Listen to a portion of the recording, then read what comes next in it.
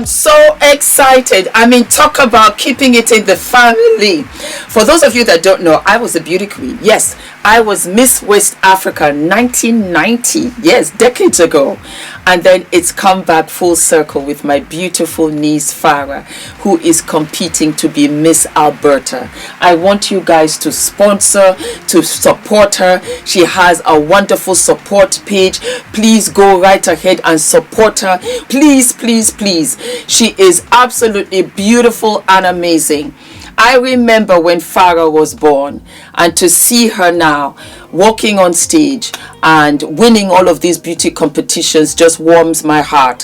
So I want to use my platform to spread the word out there. Please support my wonderful niece Farah and just click onto the link and give her all the support that you can. I will deeply, deeply, deeply I will deeply appreciate it. And Farah, congratulations. Congratulations. Well, you know you're my daughter anyway, because I don't have daughters. So you are my daughter. It doesn't matter who birthed you. You're my daughter. And I am so, so proud of you. Fumi Nation, this is the first. Yes, my darlings. The next generation doing wonderful and amazing things. And for Farah to walk out on these platforms and really follow in my steps, in my footsteps, I am absolutely speechless. And I want you to support her. Okay? All of my love. Thank you, thank you, thank you. Thank you for everything. I love you guys. Mwah. Hello, my darling Fumi Nation. How are you? How are we? We are back with updates about the Nolan Wells case. And today I just feel bad. I really, really feel bad. I don't think anybody wants to cover the passing of any child. And my heart goes out to the family. I wish I was covering something else and not about Nolan.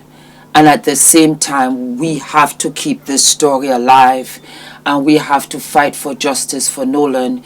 And so it's a double-edged sword where me personally, I wish I was doing something else. And at the same time, I am so honored, truly, to cover this story, to help in any way, shape or form, to bring clarity and closure to his mother, Christine, and to his dad, his family, the community, his school, all of those that loved him.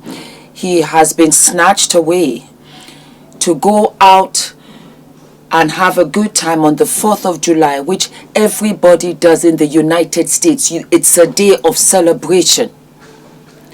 And to not come back home is frightening. I have a couple of things I want to go through. And it was after listening to Nolan's dad talking about how he had to go to one of Nolan's friends' residence to get the keys. I just don't understand what the police are doing. Why are you not bringing these kids in for questioning and applying pressure? Let me just play it for you and then you tell me whether I am being, dramatic. After Nolan disappeared, his dad drove to the house where Nolan had last been. He walked up, introduced himself, and asked one of the young men, "Would you check your room and see if Nolan's car keys are in there?" The young man went inside, came back a few minutes later, and said he couldn't find them. So Nolan's dad calmly walked the other guys away from the house and waited by Nolan's car. Then his phone rang. Someone told him a young woman had said Nolan's keys were sitting on top of that same young man's Xbox. One of the guys went back to the house, and this time, Nolan's keys came out. Imagine finally holding your son's keys, but still having no idea where your son is. I want to know what happened. And my quick follow-up to that, were you able to get a clear explanation as to the chain of custody of his phone, like how that parent came in possession of his phone? And then explain the resistance. You said you went to the home to get the keys. I don't understand, like, what kind of resistance? What was that exchange of words like? The resistance that you received when you went to go retrieve his keys. Thank you. He just acted like he didn't know where they were. He just he was clueless. Like, I don't, he was like, I don't know, I don't like, well, just please, I was like, just please go in the room and look for me. Cause, be honest with you, at that time, I was very emotional. No one was giving me any answer, so that situation with me and them could have went totally left field. But since those other young kids were in there, at that moment, they kept me from doing what I wanted to do. So getting them and calming them down, it helped me focus on what I was really there for, to find the keys. And like I said, when I asked him, he said he went and looked. And so when he said he couldn't find them, I did what I needed. I left out of their home. And like I said, 5 minutes later, he come back out with the keys. And they didn't come back outside anymore until the police came.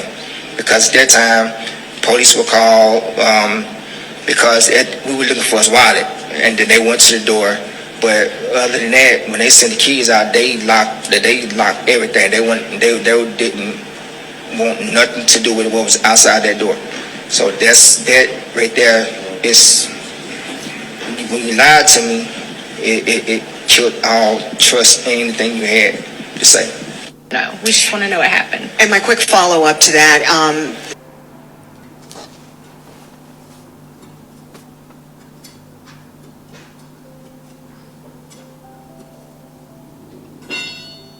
you went to a house where these so-called friends were friends, claimed to be friends of Nolan. And this is the wishy-washy reception that the father received. The lack of respect, the audacity. You didn't jump up to attention. He didn't even have to come to the house. You should have taken Nolan's keys over to his house. These are the children that lawyered up. These are the children that deleted their Instagram, and you are telling me that I would not feel suspicious about these kids, on top of the fact that nobody arrested them, nobody even brought them in for questioning. What are you talking about? It goes on. Like I told you, I'm in tears today because I was just like, what is going on? We have two women in the medical field who had this to say about Nolan's body. All right, so we want to talk about Nolan Wells today. So today, we actually know someone that works transporting bodies, human remains, and things like that. So today I got a call from that person, and they were just talking about the body that they Came across. So was Nolan Wells. So before knowing all that, he said that the body was mistreated. Yeah. It looked abused. It looked like he was tortured. Looked as if he was burnt, maybe. Where?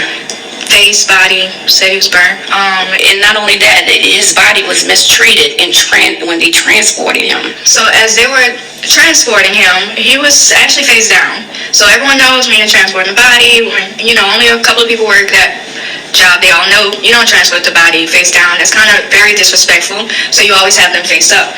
Well, specifically his body whatever reason, was face down. And me personally, I took that as disrespect. Yeah.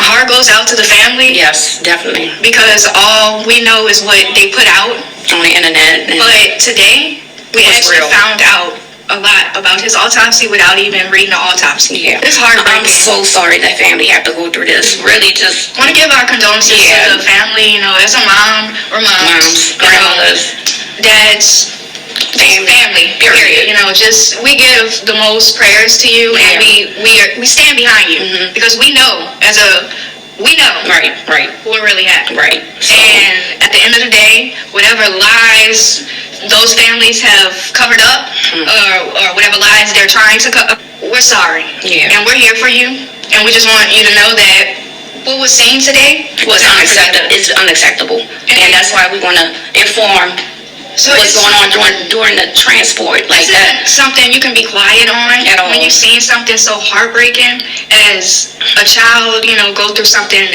traumatic. Yes. It hurts to know that was done to him in the ways that we can't even express. Right. And As a person, you should have some type of humanity. Right. And I felt like those people who was transporting him did not have humanity in no way, shape, or form. Because if I can feel the way I feel about the situation, just listening to what happened, you also can listen to what happened to this child. Right. Because at the end of the day, that is a child that you did that to. Right. So this child needs justice. Because we're not going to sleep until he gets it. At all. And I heard the feds are in Mississippi right now. So justice for Nolan Wells. No matter what. Our heart goes out to his mom, his family, everybody. I'm going to keep it real and say what needs to be said. That's what I can do. That's all I can do. That's who I am. Now, if my son go out with his friends, I don't give a fuck if they white, blue, green, purple, red, or if they're aliens. If my son don't make it home, I'm going to kill his friends. Yep, I'm going to kill the last ones that was with him. I'm not going to ask no questions. I'm not going to wonder. I'm not going to cry until I get to that jail cell. Alright? But right now, I'm going to protect my family, and I'm going to show my family that I am the protector. I'm not going to hold the crying, wet-faced wife on the news while she explains how good my son was. I'm not going to do none of that shit. Matter of fact, the news will not see my face until I have handcuffs on, if they catch me. But there's no way under God's green heaven that I will make myself look like a bitch to anybody for anybody's laws or rules and regulations when it comes to mine. If you touch my son, I'm going to touch you. If you hurt my son and my daughter, I'm going to hurt you. If you kill them, I'm going to kill you.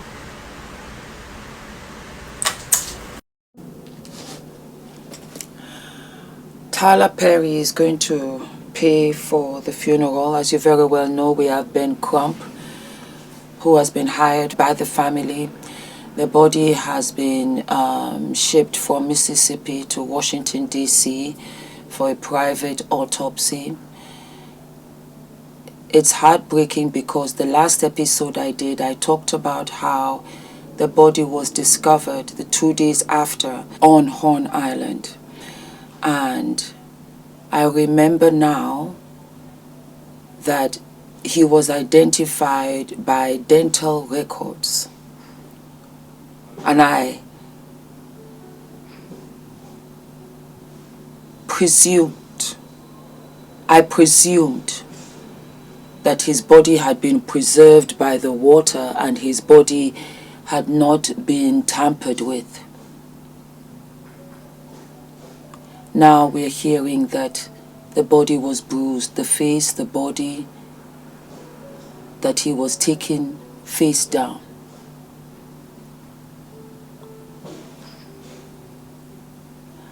And the parents have to hear all of this.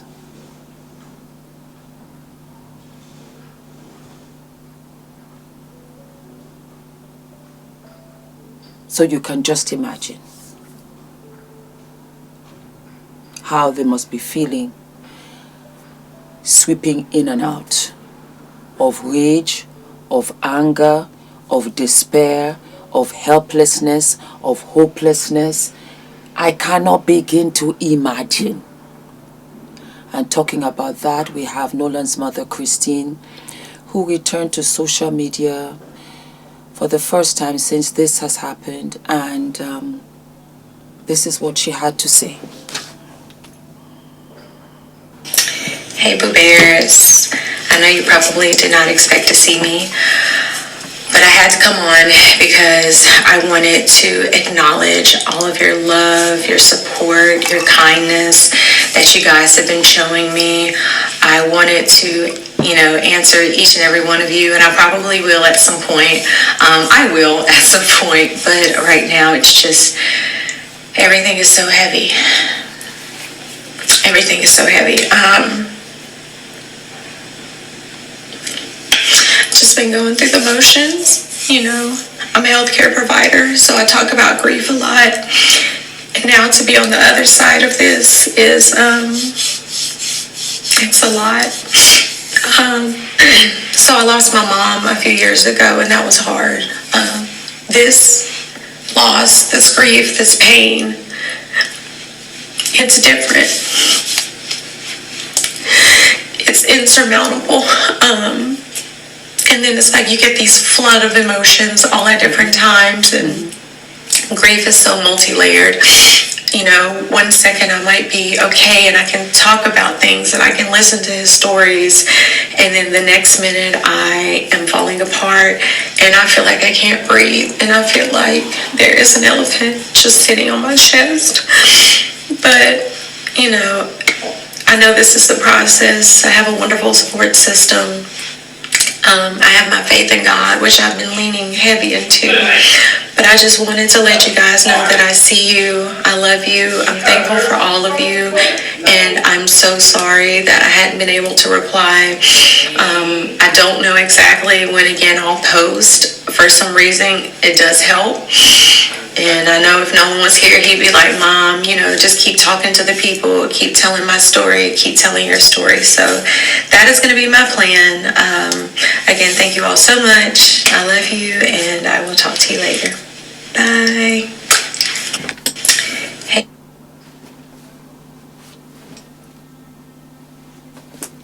You did a phenomenal job. And to be honest, I don't think anybody expected you to return. Just a nice little, you know, comment that would have been written out and posted on your IG would have been more than sufficient. You are extremely, extremely strong. We send you all our love. We send you our condolences. I think about you. I think about how you must wake up sometimes and you think that Nolan will walk through the door. That is just a bad dream. I think about how you're just walking around the house and you walk past his bedroom and perhaps you haven't gotten the courage to go in, or maybe you've slept in his room and you look at his things, you look at the plate that he last used before he left the house. It's a constant torture because you're going to be constantly reminded about what has been snatched from you. The mere fact, the nature of your job is to help the grieving, and like you said, you're on the other side of the fence in a club that nobody wants to be a member of. I don't know what to tell you. I don't know what to say, Christine. I don't know. All I can tell you is that I will fight. I will fight for you. I will keep up every day as much as I can. I will continue to cover it too, just to keep it alive and get justice for you. We also have what Nolan's coach has to say, because he was a football player. He was super fit. He was a strong swimmer. And Adrian is taking swim classes now, and I was saying that, oh, it's so important for them, so important for the children to learn how to swim. And even as strong as he was, swimming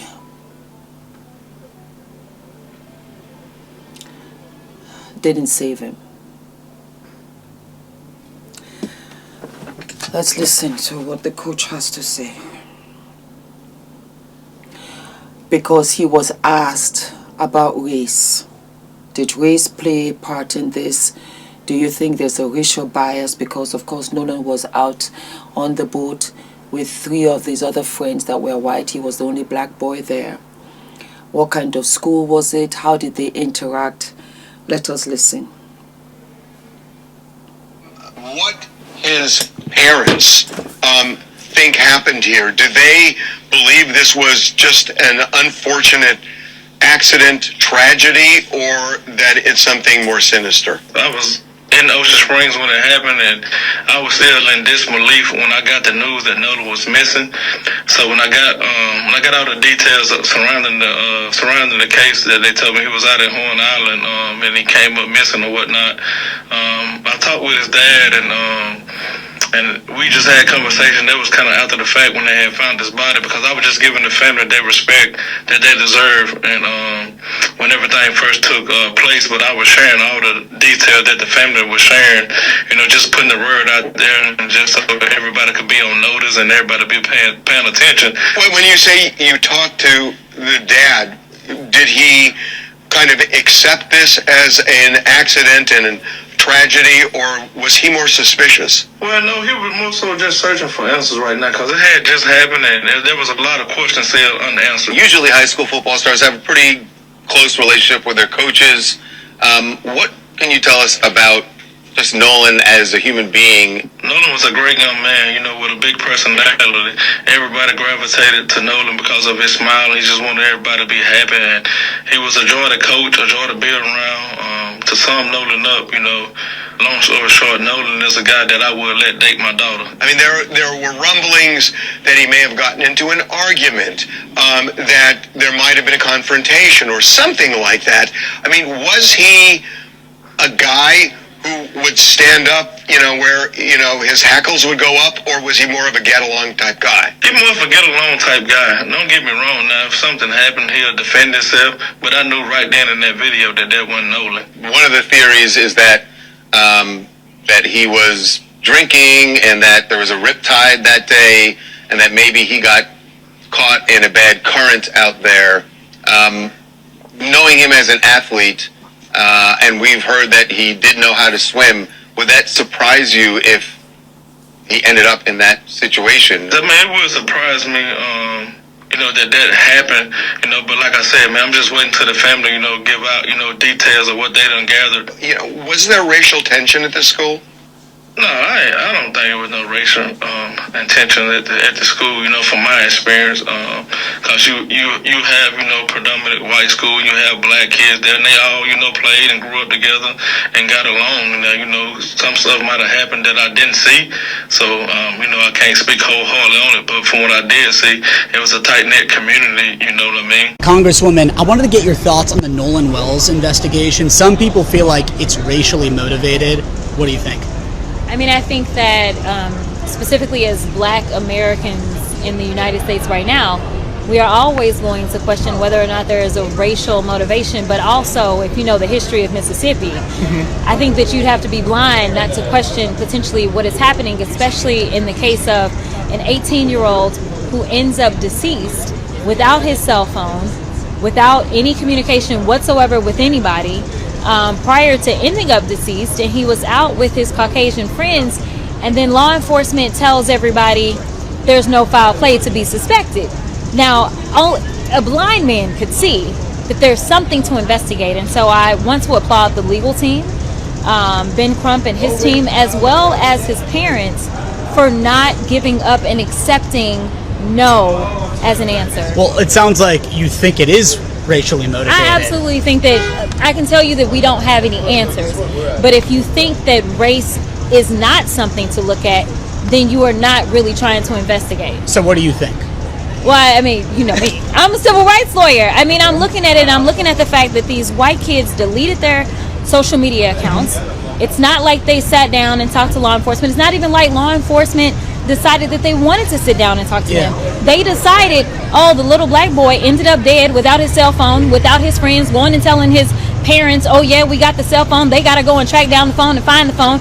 It looks like a racial thing to me, but hey, maybe we'll find out that it wasn't. Well, what's interesting is we had his football coach on our TV show today, and he said that there was never any racial tension between any of the students or anything like that. So, I mean, that kind of points that maybe this wasn't racially motivated. I mean, I can't say what even the cause of death really is. We know that there's an independent autopsy that's going on. But I can tell you that race is absolutely playing a role. What role? Whether it had to do with his death, whether it had to do with the fact that maybe your friends left you to die, or your friends didn't care that maybe you did die. I do believe that there's a racial component, or if it's just in law enforcement not feeling as if Nolan Wells was worthy of an actual investigation, but instead decided that there was no foul play, seemingly with no evidence, without talking to any witnesses. That to me is where there are racial components to this for sure. But I will not say that I know for sure that race played a role in his death. Are you in the camp of if Nolan was white and his friends were... Yeah. Okay. Listen, they would have absolutely been under the jail with no questions asked first. Really? But for sure. So those are the updates for today. Drop it down in the comments. Let me know what you think. Again, like I said, we are on it. We're going to be on top of it. I know that they have a GoFundMe. And to me personally, it doesn't matter. I think they've gotten about $700,000 now for legalities and so on and so forth. I'll tell you this, just as a mother, I don't care if you give me $1 billion, 100 billion, give me my child. I don't want the money, I want my child back. That's what I want. I want my child, I want my children. I want to grow old with my children. That's all that I want. You can keep your money. This is not about, because I'm hearing rumors, oh, this is the GoFundMe, this, that. What did you expect? They are sitting in a situation that set a bomb off in their sitting room on a Tuesday afternoon they didn't see coming. That's how this kicked off for them. They were minding their business, they were getting on with their own lives, and then this bomb just landed on the 4th of July and have changed their lives forever. And now their faces are on television. There are a multitude of stories about his son. There are all kinds of rumors going on, and they have to deal with this. You tell me if you want to change places with them and take 700,000 as if that's anything in comparison to what they've lost. Don't forget to like, to subscribe, hit the notification button, and I'll see you I'll see you sooner than later. All of my love. Hi guys, my name is ENITAN, hair coach. I am UK's first ever hair coach and a trichologist. We are a team of trichologists and hair coaches here in W6 London, and we help those who are desperate and have tried and everything else has failed. We look after those who have chronic scalp concerns, flaky, itchy scalp that's been going on for many years. We help those that have hair loss that has progressed instead of improved, and we help those that just generally want to have a better understanding of better quality hair, length, volume, and reduce that dryness. Visit us by clicking. We have the t-shirts back in stock, my darlings. What is delayed is not denied. We have it in blue. Since you loved it so very much indeed, my darlings, you better go ahead and get your t-shirt before it sells out, because I just might go ahead and do a yellow t-shirt for you and an orange t-shirt. You have to bear in mind, Baby Girl is a small brand. We are self-funding here, so I can only do so much. But yes, the t-shirt is back and I am living and loving. I also have a surprise for you. Yes. You asked and I said, why not? We have brought the black t-shirt back. What is delayed is not denied. Are we living and loving? Oh!